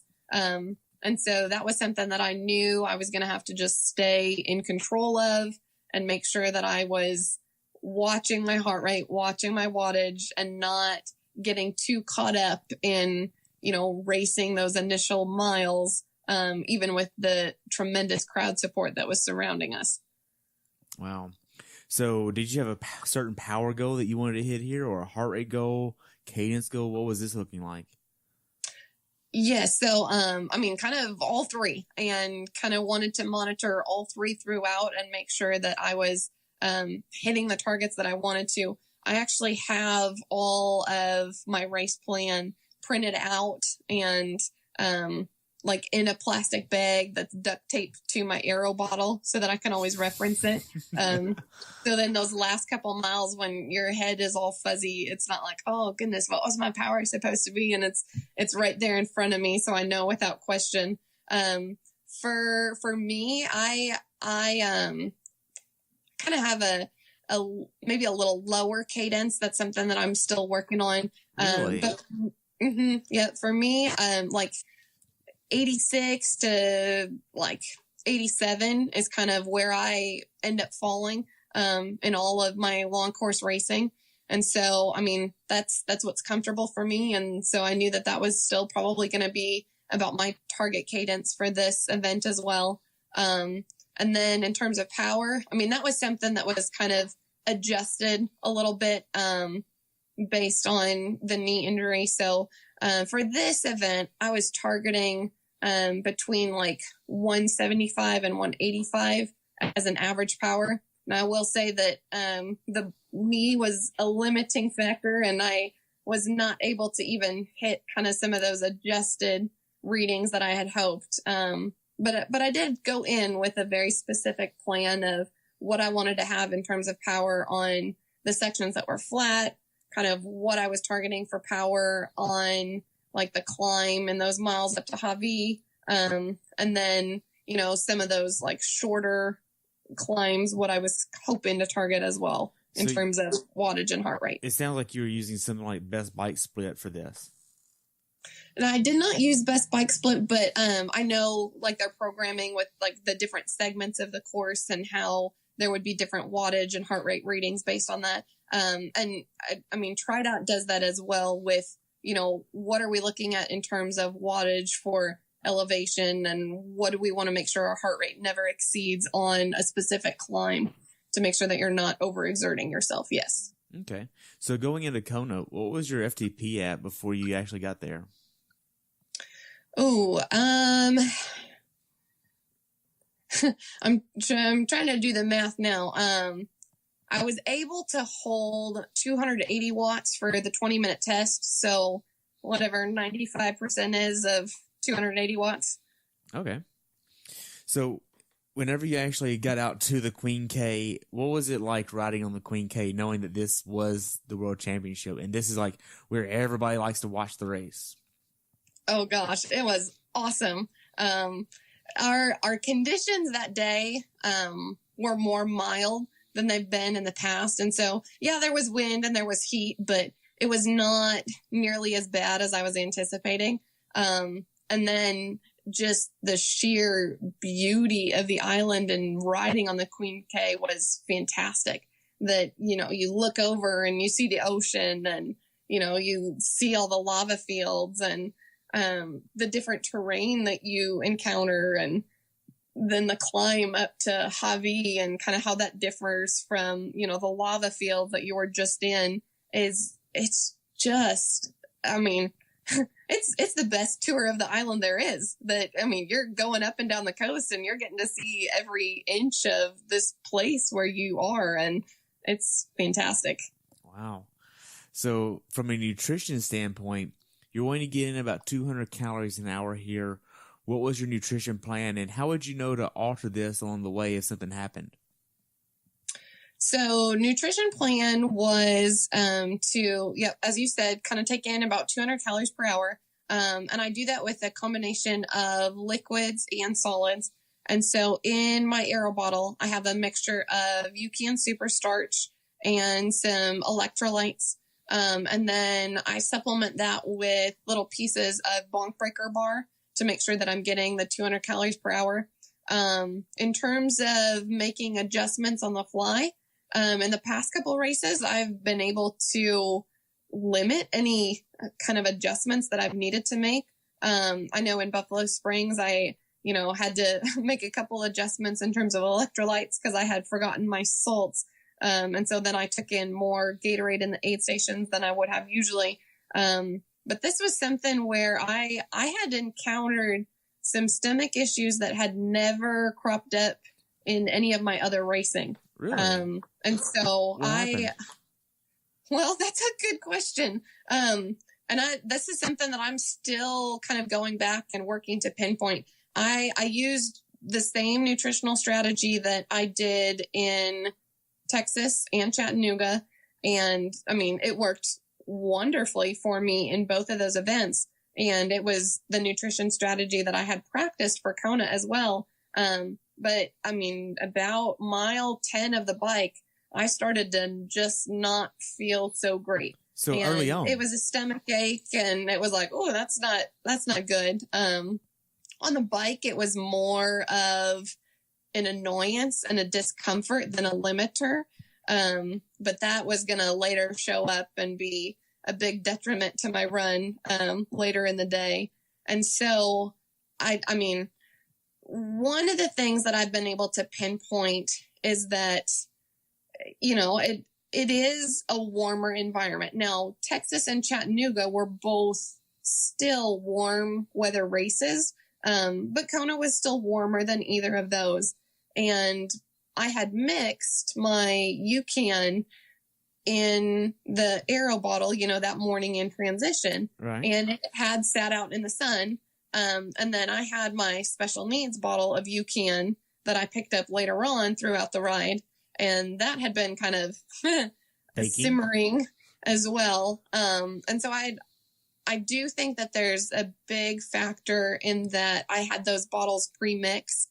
And by the time that I was consuming them, it was a very, very warm liquid that probably did not agree well with my stomach in the hot and humid conditions we were in. And so that's something that I'll need to go back and evaluate and see how I can adjust and maybe what else I could do to make some adjustments in my day before nutrition. So nutrition was, I think, a challenge for me in Kona and something that I had not run into before. Because I struggled to have a stomach that was going to agree with me for almost the entire day. Right. So UCAN is notorious for knowing about the low sugar intake, and then you're mixing it with the bonk breakers, which has sugar in it. Why would you mix those two worlds together? I know you know about that, right? Yes, absolutely. It was always something that had worked for me in the past that, conventionally you wouldn't want to mix a super starch with something that then would spike your blood sugar. But I had never had any issues with it in training and racing previously. It was something that seemed to work well in terms of my fueling, because if I had just strictly liquid nutrition, my stomach would still continue to growl. and I almost needed some solid food to kind of calm those cues from my body. But this is something that I will have to go back and further look into and make some adjustments to make sure that that doesn't happen again in the future. Okay. So after you get done with, say, the first 40 miles and then you're approaching mile 50, 60, and 70, right around the turnaround, getting close to the turnaround, what is this like for you? And are you experiencing any more GI issues or cramping? So thankfully there was no cramping that happened along the bike. But definitely as I'm continuing the ride, the GI issues and the stomach discomfort is growing more and more. I mean, took in that second bottle of UCAN at the turnaround at Special Needs, and I do not think that helped matters. I knew that I still needed calories, and so I was still trying to ensure that I was eating so that I would be able to, continue with the day and not run out of fuel. But nothing was feeling good. It's interesting kind of looking back at all the race pictures though, because really? I'm suffering so much and I'm hurting, but at the same point, you're in Kona. Like, I'm on this iconic and historic course, and I have the biggest smile on my face in all of the race pictures because I'm still there. And I think that's kind of a very interesting thing about this event. And one of the things that, I've been able to kind of take away as a lesson that I've learned is, I still had the opportunity to be in Kona and race on the same course as, the athletes that I admire. And no matter how much I was challenged that day and the different hurdles I faced, that, almost makes it the epitome of the world championships. And just to show, some of the things that athletes endure on the race course. And I'm still a little disappointed and frustrated in how the experience played out. But then again, I've learned from it. I'm still learning from it. And at the end of the day, I was able to have an experience that I'll have memories of forever. Right. So as far as the course itself goes, I know this is a pretty smooth road, and being that you started a little bit further back, did you see a lot of flats, wrecks, or mechanical issues of other spectators or yourself? I saw the least amount of mechanical issues that I've ever seen in a race. Really? Oh, yes. And so I don't know, if some of that just had to do with where I was positioned, or if there really were less mechanical issues than other events. But I was very happily surprised with how few people I saw stalled on the side of the road for issues. Wow. So the aid stations here are pretty frequent, more frequent than most other races. What was this like for you? Were you taking water every time you could, or were you skipping every other one? What did you do here for that? So yes, the aid stations here are more frequent, and the thing about them is that they're very spread out. And so typically, in an aid station you come to, you almost have to make a decision of, okay, do I want a banana or do I want a Gatorade? Because I'm not going to be able to get both of them unless I were to slow down and stop, and that's not going to happen. So I've got to make a choice with what is the priority and what I really need. And here, if you wanted one or two items, it's so spread out that you would be able to get all of those items that you need, which is great, but it also is something that you have to be very careful of. And this is something that one of my training partners had warned me against is, be careful that you're not taking more from the aid stations than you typically would just because you can. Now, they've set them up very well to support the athletes, but you want to make sure that you're not going off of, what you would normally take in so that your body is still used to consuming what you're asking of it. Now, I did take in, I think I grabbed water from every other aid station. But typically I try to limit the amount that I get from the aid stations. One, just because it's kind of, a momentum stopper as you're having to slow down and start back up on the course. I also view the aid stations, while very helpful, as very dangerous places as well. And so I try to get kind of around those as quickly as I can and only stop if it's necessary. Because I see probably more crashes at aid stations than anywhere else along the course as people are trying to swerve in and out or use one hand to refill bottles, or, somebody that got what they needed and then is trying to jump back into the course and goes right in front of another rider. So I was still, able to grab the water that I needed to, but I mostly carry the nutrition that I need with me on the bike to limit those stops. Gotcha. So miles 70, 80, 90, and almost 100.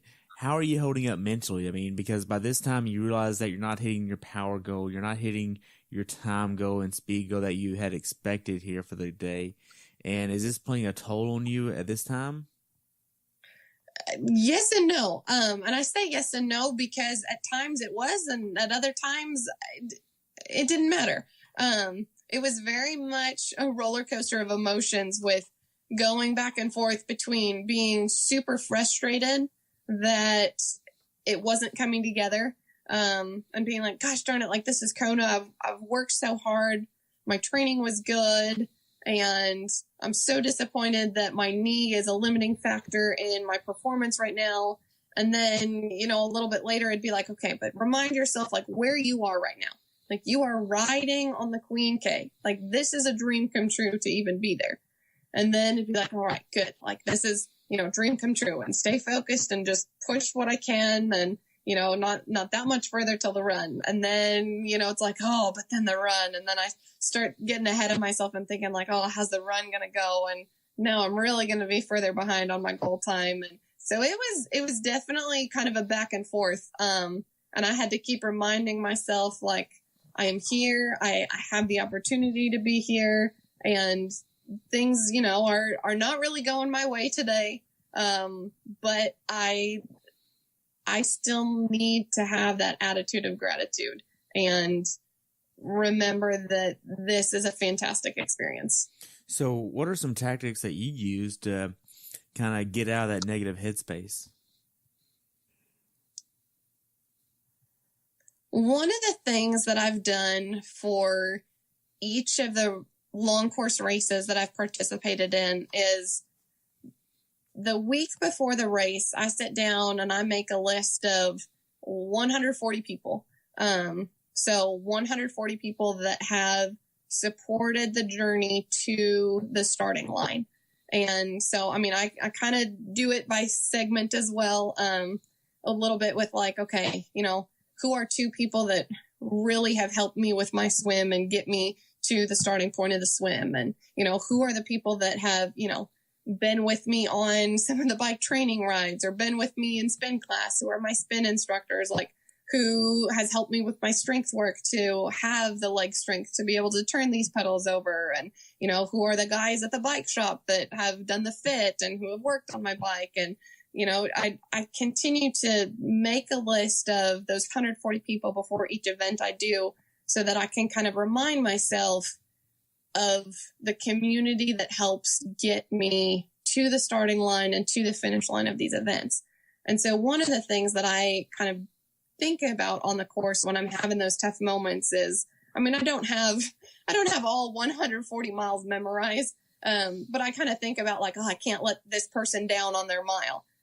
Whether they know that that's their mile or not, or whether, whoever was actually on mile 55, or if they were really, 70 something, and I just can't remember the exact placement of them. I still try to remember, like, okay, I devoted this mile to somebody that helped me get here, and I want to make sure that I don't let them down in this opportunity that I have to be here.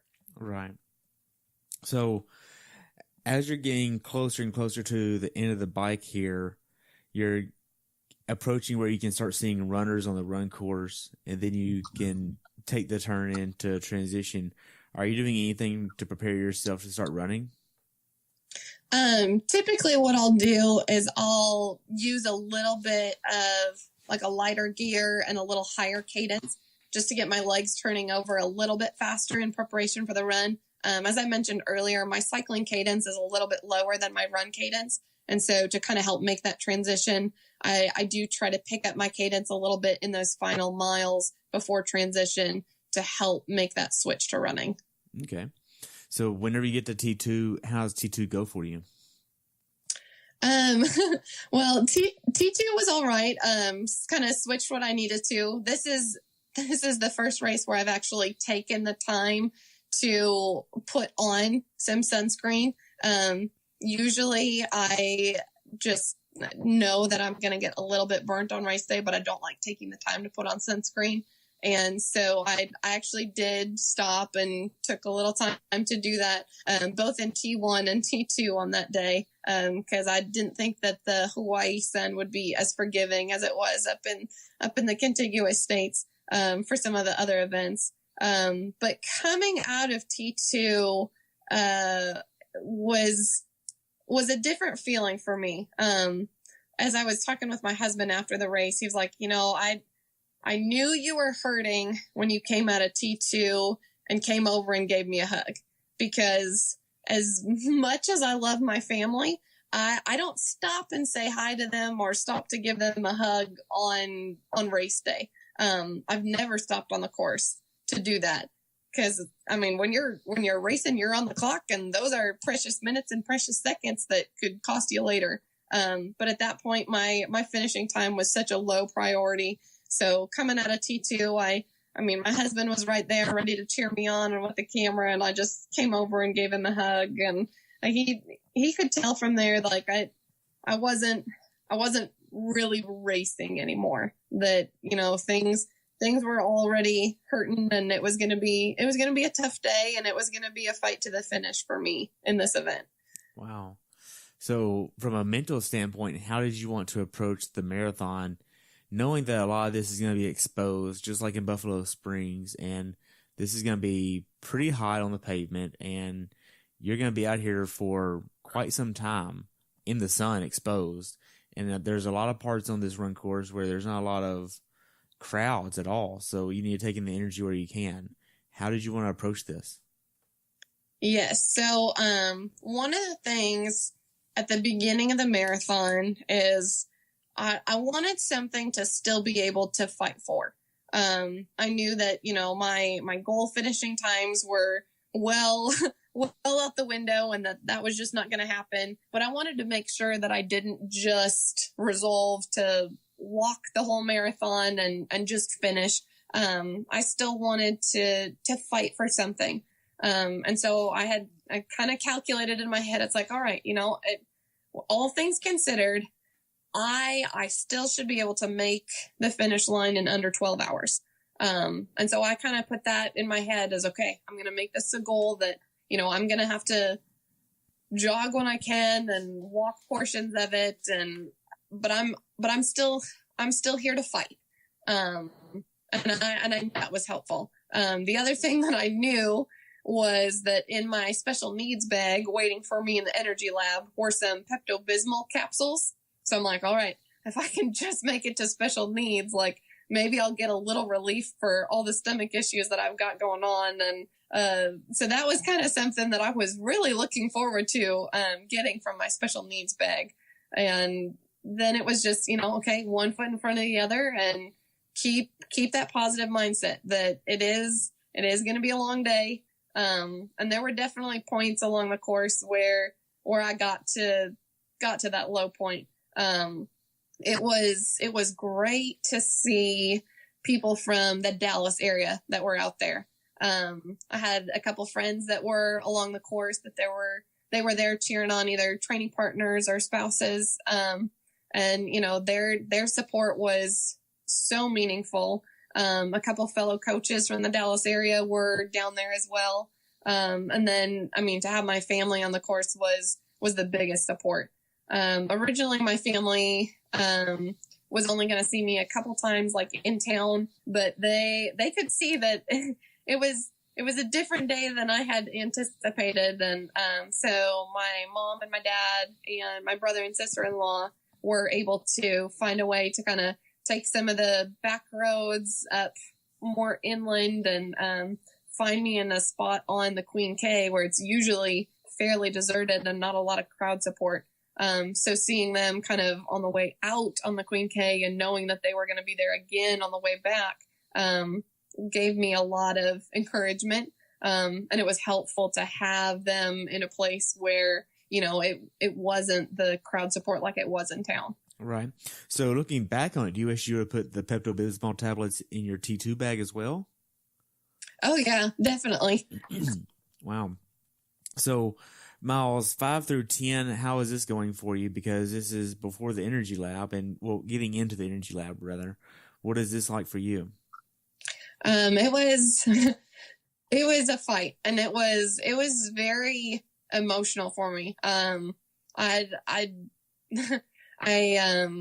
honestly broke down into tears a couple times with just being frustrated with how things came together, or therefore didn't come together. What do you mean?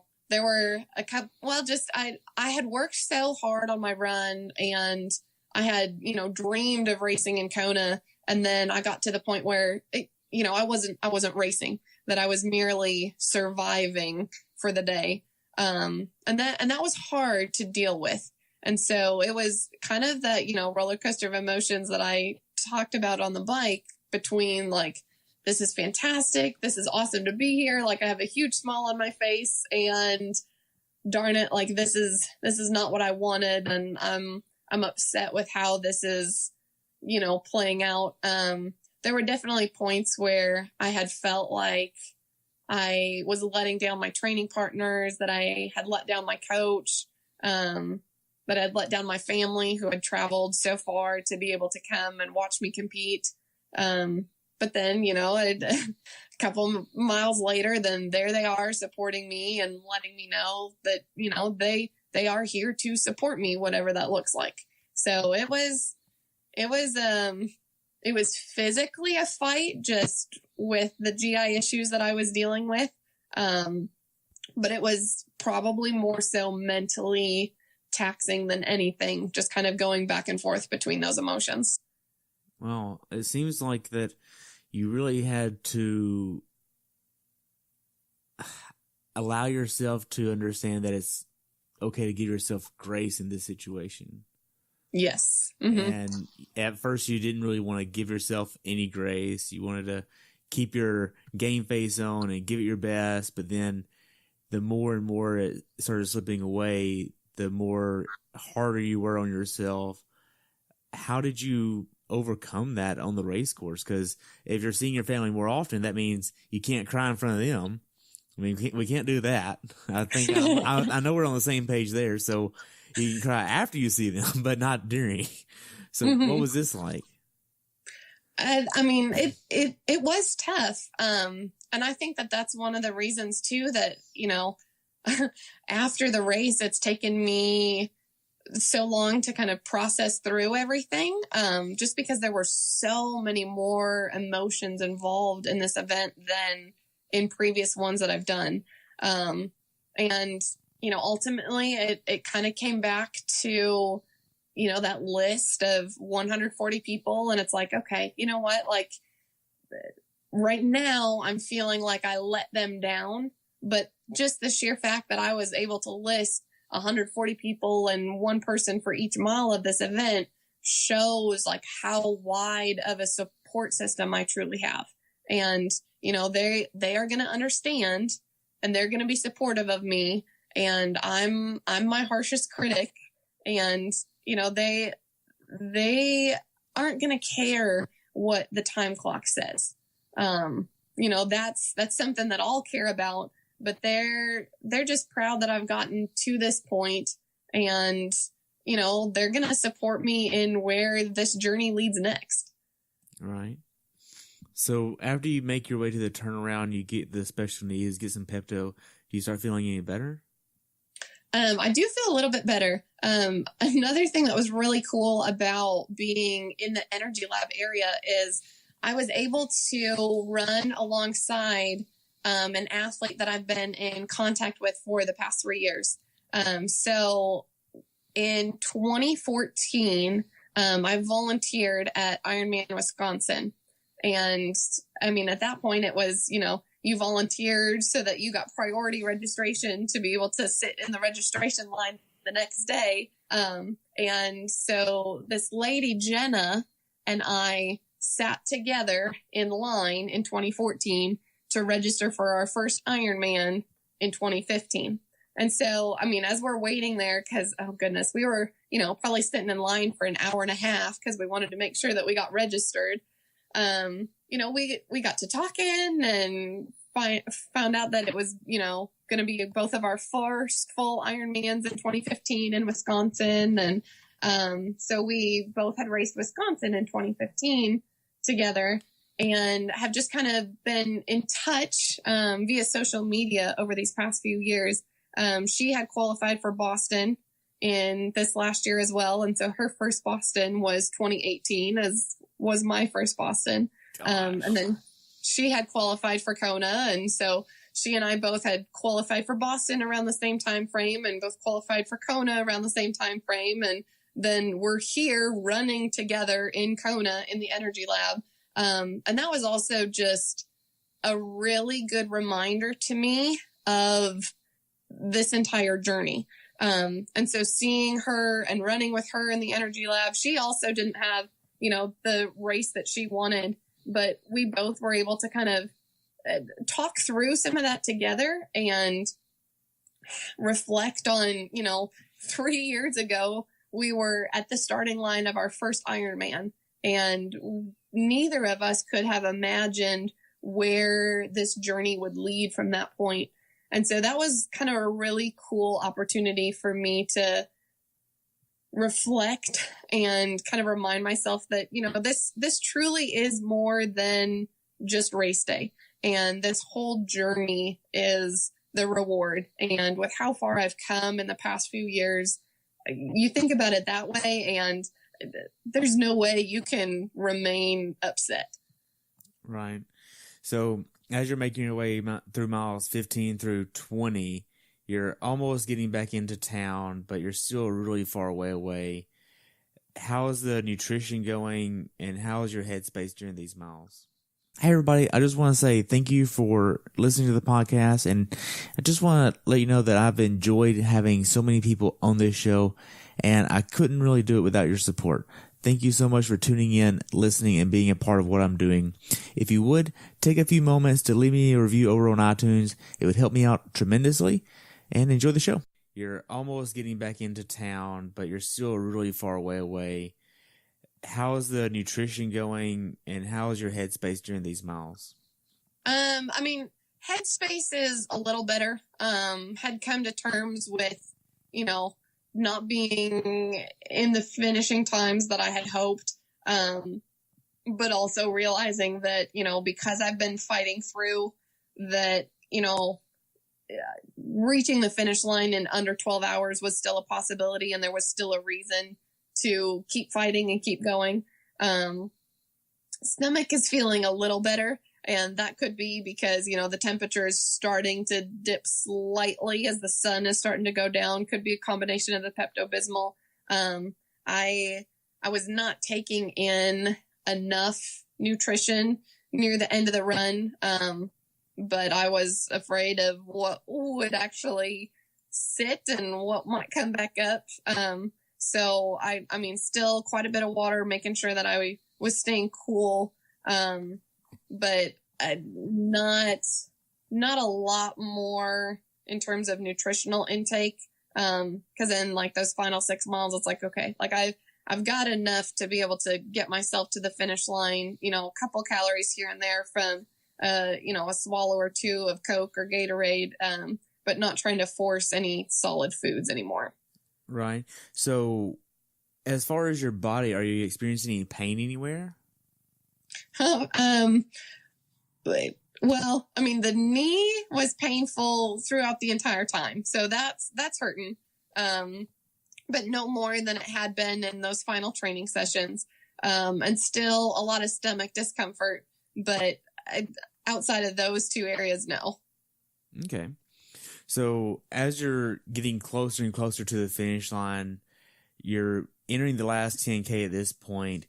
What is the atmosphere around you like? Is there a lot of people on the course? Is it dark? Is it kind of on the dust side? What is this like? So, yeah, kind of in that last 10K, the sun is starting to set, not completely dark yet, but it's kind of a dusk, atmosphere, I guess. And it's beautiful. As the sun is setting over the ocean and, the lava, it's, just everything's kind of glowing. And it's postcard views. So that was just beautiful to see. Everybody on the course is so supportive, and, you pass another athlete, they pass you, there's, positive affirmations that are exchanged, and just the excitement that, we're all out here and we're doing this, and we're going to get to the finish line. The volunteers are always helpful and just phenomenal in terms of the hours they put in and the support they give to the athletes. So they're uplifting and upbeat, and each aid station is another kind of boost, in terms of energy that they are putting forward for everybody. And then, the closer that you get to town, then the thicker the crowds get, and you get more and more support in those final miles. Right. So the last, say, 5 miles here, 22, 23, 24, and 25, what were these miles like for you? Still physically challenging. I still was, kind of back and forth between able to run for a while, and then it was either the stomach or the knee that was, saying, oh, hold up, like regroup a little bit. So then I'd need to kind of back off a little bit and regroup. But I felt good that I was able to keep a fairly consistent pace, albeit slower than I wanted, still moving forward. And so I was just trying to stay very positive at that point and remind myself that, I'm still moving forward. I can still fight for under 12 hours. Like I am going to be a Kona finisher. Right. So the last mile here is kind of unique because of many different reasons. I'm sure we could go into all the different reasons, but there's a big tree you pass that's infamous, but a lot of people don't realize how long the finish chute really is. Tell me about that. So, I mean, there's a couple different turns in that last area, in the last mile before you come into the finishing chute. And just each one is almost kind of like a checklist in my mind, that it's like, all right, we go right here, then left, then another right, and then we get to the finishing chute. And I knew that, the finishing chute was going to be kind of an interesting mix of emotions for me, just with what had occurred throughout the day. And it was exciting to be finishing Kona. It was a dream come true. It was also kind of a moment where it's like, gosh, like once I cross the finish line, like this part's over. Like then, there's not Kona to look forward to here anymore. And so it was kind of like, wow, this is amazing, and happy that I'm here. And oh, thank goodness I actually made it. I was so happy to see the finish line and know that, I was going to be able to finish. But then there was also some emotions of, still disappointed in the time, sad that it was going to be over, excited to see my family again. It was kind of up and down. I wanted to be able to kind of take in the finish line and the red carpet. And when I had came, to the chute, there were like 3 or 4 other people that were very similar in terms of what their finishing time was going to be. And so I kind of tried to run around a few of them so that we all wouldn't be in each other's finisher pictures, and we could all kind of each have our moment. Well, one of the girls that I went around, I guess, took that as like I wanted to race her. And so then she was like chasing after me and racing me toward the finish line. And then, I mean, she's like in front of me in all my finisher pictures. And it was like, oh, shoot, like I didn't mean for that to be like a race at the end. I was just, trying to make sure that we all could enjoy the finish line. So that was a little interesting. There was that dang guy with the flags. Oh gosh, yes, yeah. Oh my gosh. I was like sitting there watching this and I was like, are you serious? Come on. Yep. And like all my husband's pictures are the guy with his flags and trying to unfurl them and get them open. And he's just like blocking the way.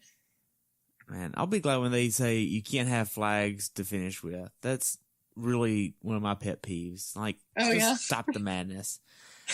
Man, so as you're approaching the finish line here, emotionally, are you upset? Are you relieved? What is this like for you? Yes, to all of that. Definitely a bigger sense of relief than I've ever felt to see the finish line. Because there were points during the day where I did question it a little bit. It's like, wow, like this is as hard as I've ever had to truly fight for a finish. And I mean, I know that I had, hours to spare, but it was still physically and mentally challenging to the point of where I did question myself at points along the course. So seeing the finish line was a big sense of relief. There was a little disappointment too coming up to it, but I knew that I would just kick myself if I just walked across the finish line and was like, okay, I'm done. So I still wanted to celebrate it. So I needed to kind of remind myself before I got to the chute, like this is an accomplishment and this is dream come true. I am here. I am a finisher. And so I need to take in this moment and truly celebrate it. And so I did. Nice. So after you cross the finish line, what'd you get to do next? Well, I mean, they have wonderful volunteers that, take you over to kind of the athlete area and, take your timing chip off and, get you a warm blanket around your shoulders if you need it. And, plenty of food and drink and massage if you want it. But I still was just not in a place where I could really eat. And didn't want to wait in line for a massage. I was just anxious to see my family. And so since family isn't allowed in that athlete area, I honestly didn't spend much time in there at all. I went and got my medal and then almost immediately just kind of exited the athlete area and was excited to go and meet up with my family. Wow. So looking back on it, how was your recovery process since Kona? So, for better or for worse, the next day I felt great. I felt fine.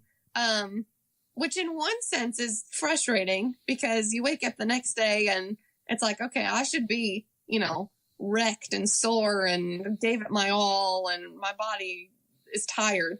And, there was a little soreness in the legs, but honestly, some of that soreness was just because I did a whole lot more walking than I thought I would.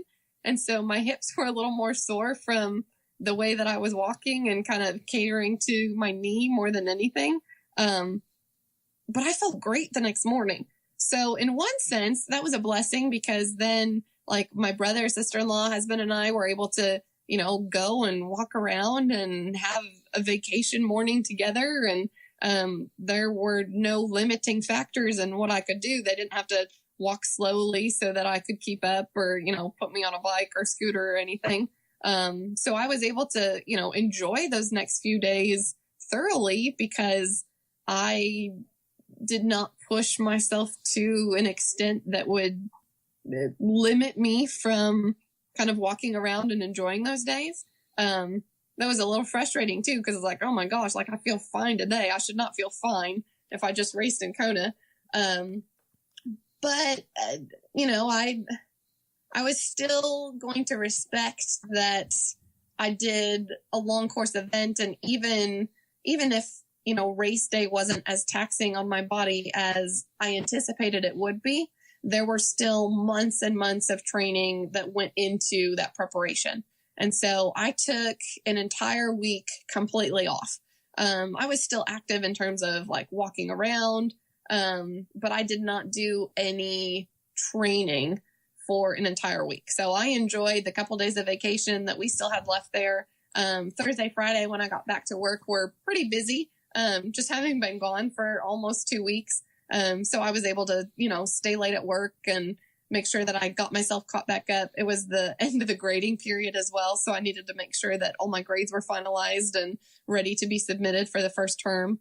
And so then I also had no guilt about making sure that I was fully committed to those work responsibilities when I got back instead of trying to fit in some training sessions. And then that weekend, I think that just all of the travel and the training and the stress of the last couple of months caught up with me because maybe there was also like a germ or two on the flight back or something. That whole weekend after Kona, I was sick in bed. We actually had a lot of plans to be with friends that Saturday night and kind of celebrate Kona and other race accomplishments of some of the other training partners and what they had recently done.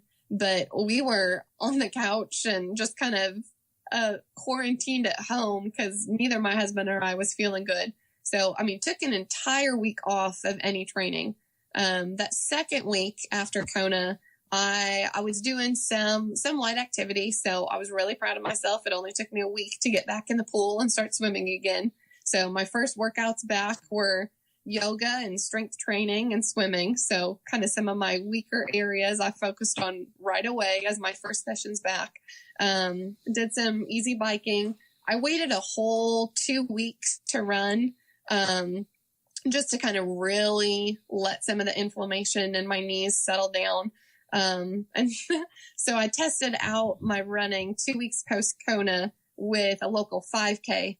And that actually went extremely well. It wasn't my fastest 5K time, but it was fast enough to win the women's division. So that was kind of a nice little kickstart back into running and let me know that, okay, my knee might not be 100% healed, but we're headed in the right direction. And I, was able to put some of that run training to use that I wasn't able to really kind of show in Kona as well.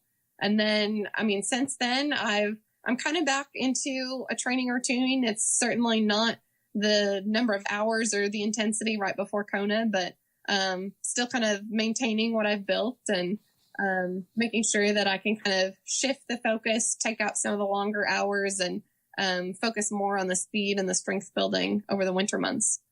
Okay.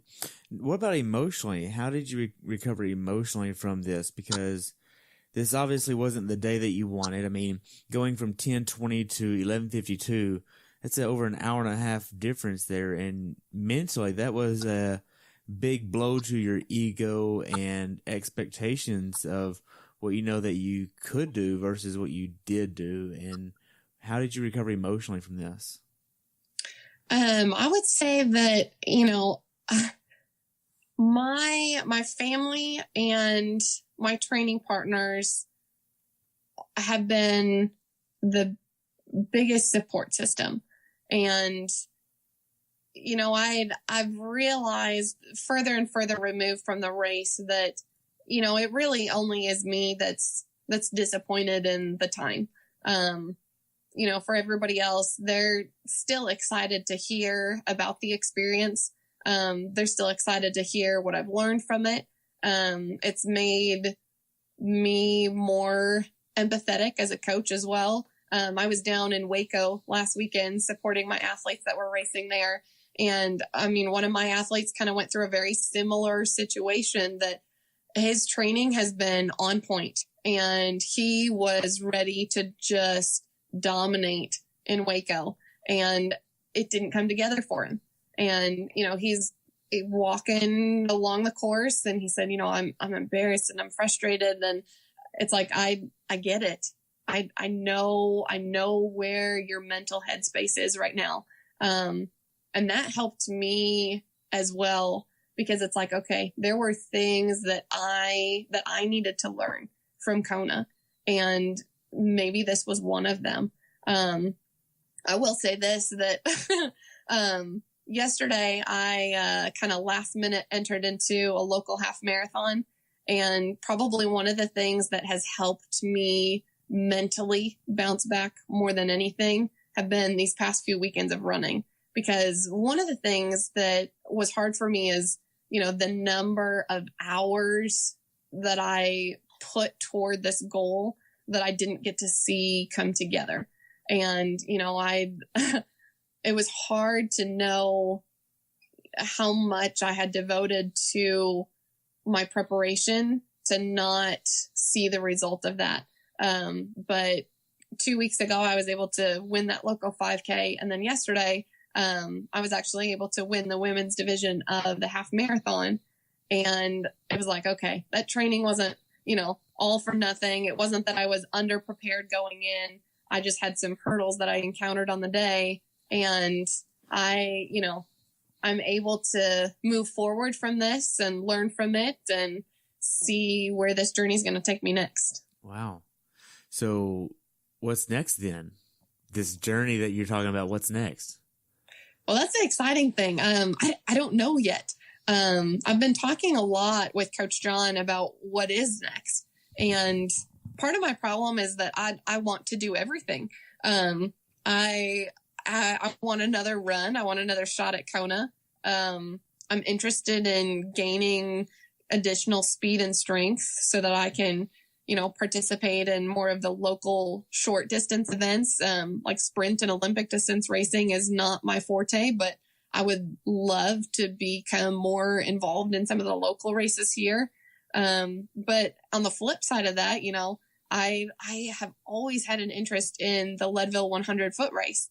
And, pacing for the past 2 years has just made me itch even more to enter my name in and be a participant myself, or, get my marathon time down. So that's the problem, is that I want to do everything. And so I'm not quite sure what is next. I think all of that at some point will come together. It's just what I want to devote 2019 to. And right.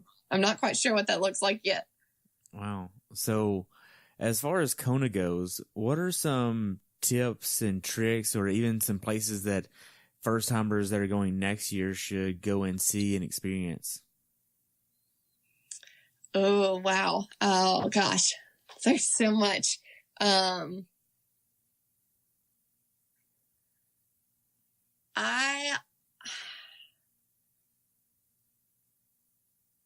If, your schedule could allow for it, I would highly encourage taking more than just the few days around the race. It was wonderful for me to be there a week ahead of time and kind of watch everything come together and assemble, and the athletes start to increase in number as the week went on, and to do those last training sessions on the course. And then I really enjoyed having a few days afterwards as kind of everything was settling back down. One of the things that I wish we could have done a little bit more of was more like in Volcano National Park. Some of the areas are still closed because of the eruption earlier this year. And so, if I'm ever able to qualify and make it back, I would want to explore more on the island, and see even more kind of in the national parks and with the volcanoes. Wow. So for people that are going over next year, do you have a favorite place you wanted to eat there, or a favorite place that you found to eat? So I had never had an acai bowl, and oh goodness, I can't, it's like Bosic, I think I'm not sure if I'm pronouncing that correctly or not. But there's like this little kind of elevated hut that serves acai bowls. And that was something that I had my eye on, that I wanted to go and have for breakfast, post race. I didn't want to do it ahead of the race because that was something new. I didn't want to introduce anything new in my nutrition. But that was delicious, and I would highly recommend that.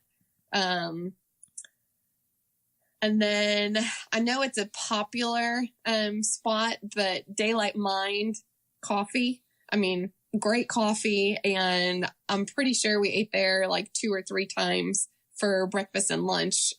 Great food as well. You're sitting there outside just right on the ocean. So it was perfect place to sit and talk with family and have a good meal and have a cup of coffee later in the afternoon. So I'd recommend that as well. Wow. So Elizabeth, we covered quite a bit about your race experience at Kona. Do you have anything else you want to add? To kind of recap everything, I said at the beginning that it's taken me a little while to start to process through some of the hurdles that I had on race day, and just kind of how the day played out a whole lot differently than what I anticipated. But one of the things that has really come through in all my reflections is just the importance of a good support system around an athlete kind of chasing these big goals, and reflecting on the fact that it's more than just what happens on race day.